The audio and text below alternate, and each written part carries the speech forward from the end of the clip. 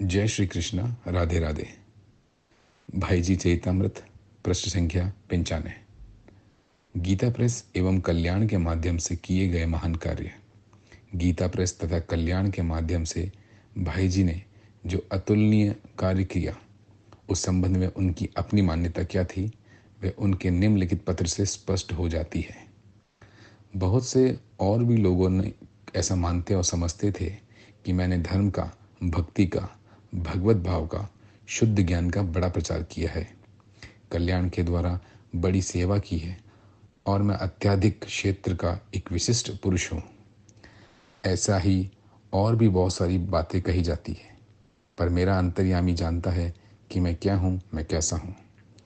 Gita press की स्थापना की थी परम श्रद्धेय ब्रह्मलीन श्री जयदयाल जी गोयनका ने। कल्याण भी एक अन्य किन्हीं मित्र की प्रेरणा से निकला था। मैं तो योग्यता न होने पर भी वैसे ही जबरदस्ती काम में जोत दिया गया और बार बार काम छोड़कर भागने की इच्छा होने पर भी मुझे भागने की सुविधा नहीं मिल पाई। कल्याण में बहुत अच्छे अच्छे लेख निकले। गीता प्रेस के द्वारा भी आध्यात्मिक धार्मिक ग्रंथों का कुछ प्रकाशन हुआ, पर बिना किसी भी योजना के अपने आप ही संयोग बनते गए। योग्य से योग्य विद्वान तथा अपने विषय के अनुभवी लेखक मिलते गए, प्रेरणा मिलती गई और काम होता गया। किया किन्होंने, हुआ किन्हीं की बुद्धि से, ज्ञान किन्हीं का, व्यवस्था किन्हीं की, और सबके साथ मेरा नाम जुड़ता रहा। इस प्रकार जो यश कीर्ति हुई, नाम जुड़े रहने से कारण उसका भागी मैं बना। सदा तो मन से नहीं, पर कभी कभी मन से भी इस श्रेय की कीर्ति को मैंने स्वीकार किया। अब भी कर रहा हूँ। यह अवश्य ही मेरी दुर्बलता है। यह है मेरा स्वरूप, पुरुषार्थ एवं अनुभव। हाँ, भगवत कृपा ने यद्यपि उस पर मेरा विश्वास आंशिक ही है, मुझे बहुत बचाया है। मिथ्या श्रेष्ठ दुर्बलता को विशाल रूप में बढ़ने नहीं दिया, नहीं तो पता नहीं कितना मिथ्या अभिमान बढ़ता और ये किस पतन के गहरे गड्ढे में मुझे गिरा देता। भगवत कृपा ने केवल इसी विपत्ति से नहीं बचाया। जब जब धनमान के बहुत बड़े बड़े प्रलोभन आए, तब तब विवेक को जगाकर उचित मार्गदर्शन किया। जब जब पतन के प्रसंग आने हुए, तब तब पहले से ही प्रतिबंध लगा दिए कि उधर झांकना भी संभव नहीं रहा।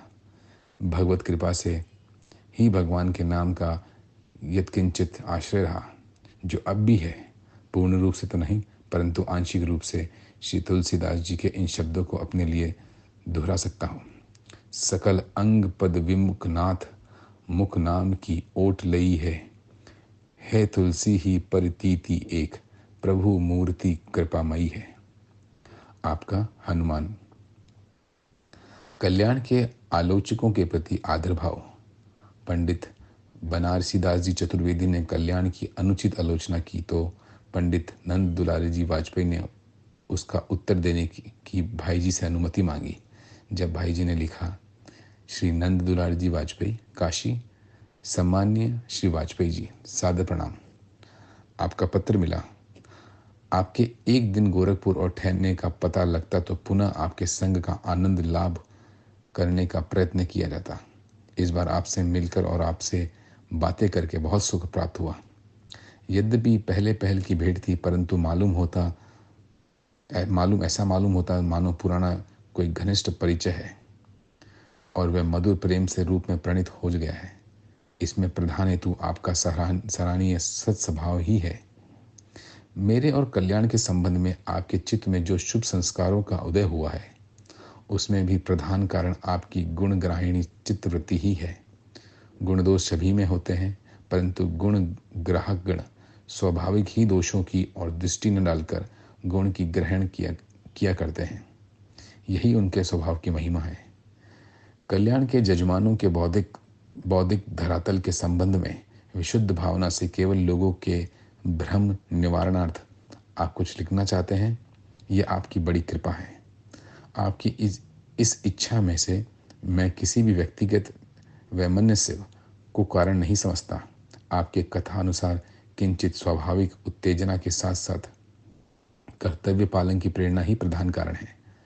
अन्याय के प्रतिकार और निवारण के लिए उत्पन्न कर्तव्य पालन की आपकी इस शुभ भावना कल्याण के प्रति आपके स्नेह और मेरे प्रति कृत्रिम प्रेम का अनुग्रह कृतज्ञ हृदय से आदर करते हुए मैं इस संबंध में कुछ निवेदन करना चाहता हूँ। वह यह है कि सामान्य पंडित बनारसी दास जी चतुर्वेदी के साथ मेरा पुराना प्रेम का संबंध है। उनके साथ मेरी जैसी घनिष्ठ आत्मीयता है। उसे देखते हुए उन्हें मेरे या कल्याण के संबंध में सब कुछ लिखने का अधिकार है। प्रेम में ऐसा अधिकार बिना खटके होना चाहिए। साथ ही मेरा यह अनुमान है कि उन्होंने जो कुछ लिखा है, जो शुद्ध मजाक की भावना से ही लिखा है, बुरी नीयत से नहीं। अतएव मेरे लिए तो उनका मजाक आनंदवर्धक ही होना चाहिए। थोड़ी देर के लिए भाव भी लिया जाए तो मैं अभी नहीं जानता कि उनकी बुरी नीयत से ही व्यंग्य किया गया है, तो भी मुझे उनका आदर ही करना चाहिए। इस व्यंग्य से भी लाभ उठाना चाहिए।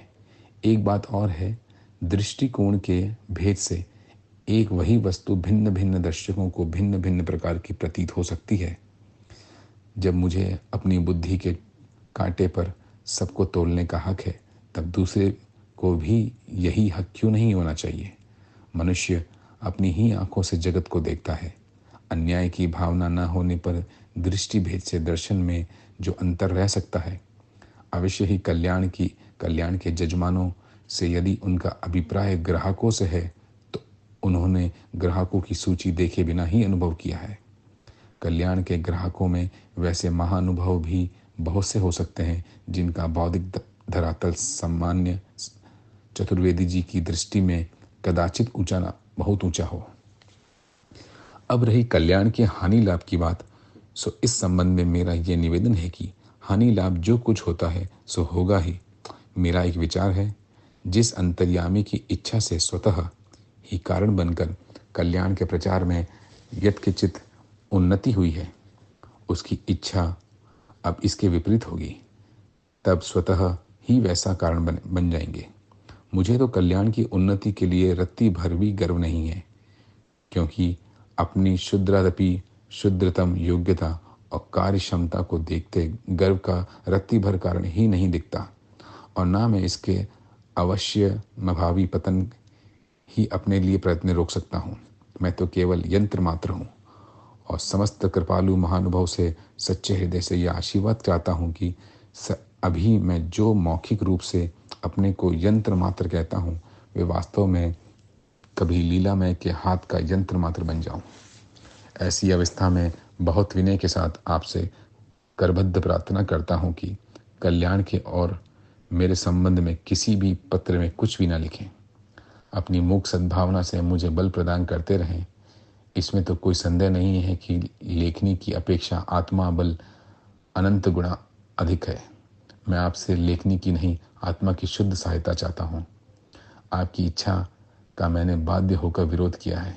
इसके लिए प्रेम से बल पर आपसे बारंबार क्षमा चाहता हूँ। आपका स्वास्थ्य अच्छा होगा, आपकी कृपा तो है ही, आशीर्वाद दीजिए। सब मिली ही करहु कृपा एही भांति, सब तजी भजो राम दिन राति। श्री माधव जी, देवदर जी और अन्य सबको प्रणाम, सप्रेम नमस्कार। हरि स्मरण।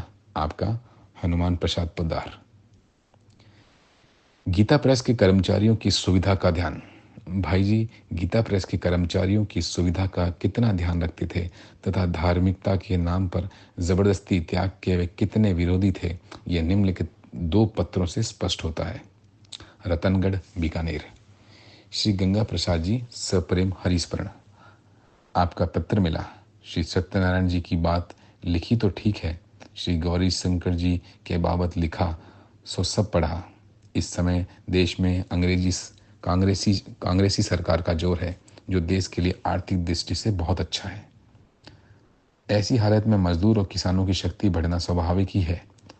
हम लोग भी तो गरीबों और दबे हुए लोगों को सुख शांति में देखना चाहते हैं।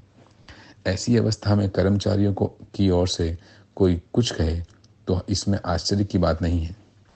और एक ख्याल रखना चाहिए कि जमाने की रफ्तार देखते अभी मजदूर और किसान युग ही आने वाला है, जो गरीबों के दुखों को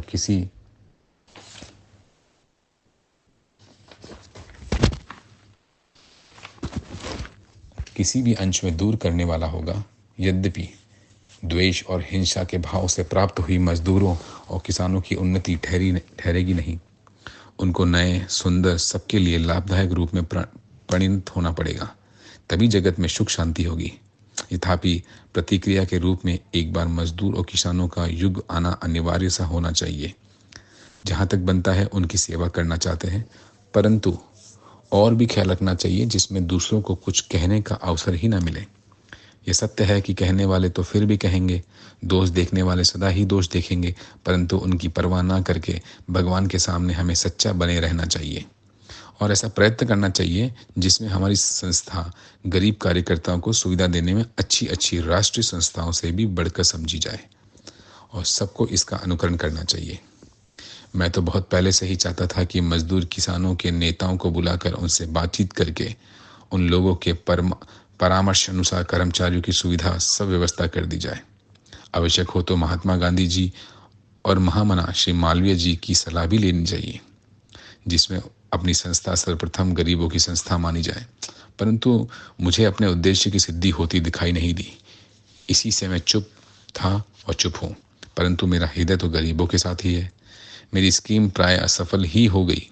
इसी से मैंने करीब 3 वर्ष हो गए होंगे अपनी लिखित स्कीम को फाड़ डाला था। आप श्री बजरंग लाल, पंडित लादूराम जी, श्री सुखदेव जी मिलकर परस्पर बातचीत कर लें। किसी के धमकाने डराने की कोई आवश्यकता बिल्कुल नहीं है, परंतु गरीबों को अधिक से अधिक सुविधा का ख्याल करके ऐसी आदर्श व्यवस्था करने का प्रयत्न सर्वप्रथम गीता प्रेस को करना चाहिए, जिसका अनुकरण सब लोगों को करना पड़े और गरीबों की सहानुभूति प्रेस से बढ़ जाए। इसमें प्रेस के परमार्थिक उद्देश्य की भी सिद्धि होगी और लौकिक बाधाएं भी बहुत हटेगी।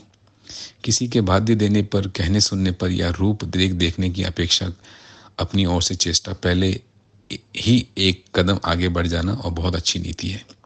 पुस्तकों के दाम सस्ते रखकर गरीबों को कम देने की जरूरत नहीं है। प्रेस में काम करने वाले गरीबों का पेट पहले भरना चाहिए।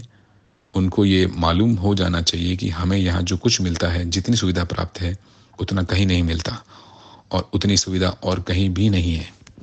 स्वयं अपनी ओर से प्रस्ताव रख करके मजदूर और किसान नेताओं की सलाह के अनुसार व्यवस्था करने में जो बात है वह और तरह से करने में नहीं है। गौरी शंकर जी, बात दूसरी है। उनसे कुछ डरना नहीं है, वे तो द्वेषवश कर रहे हैं। उनको मैं मजदूर नेता नहीं मानता। श्री संपूर्णानंद जी, श्री नरेंद्र देव जी, राजा राम जी शास्त्री, टंडन जी आदि की सलाह और सम्मति इन विषयों में बहुत काम की है। ये सब बातें मैंने प्रसंगवश लिख दी है। आप लोग हम लोगों की राय बिना कुछ भी नहीं कर सकते, ये भी मैं जानता हूँ। खैर, आपका हनुमान प्रसाद। जय श्री कृष्ण। राधे राधे।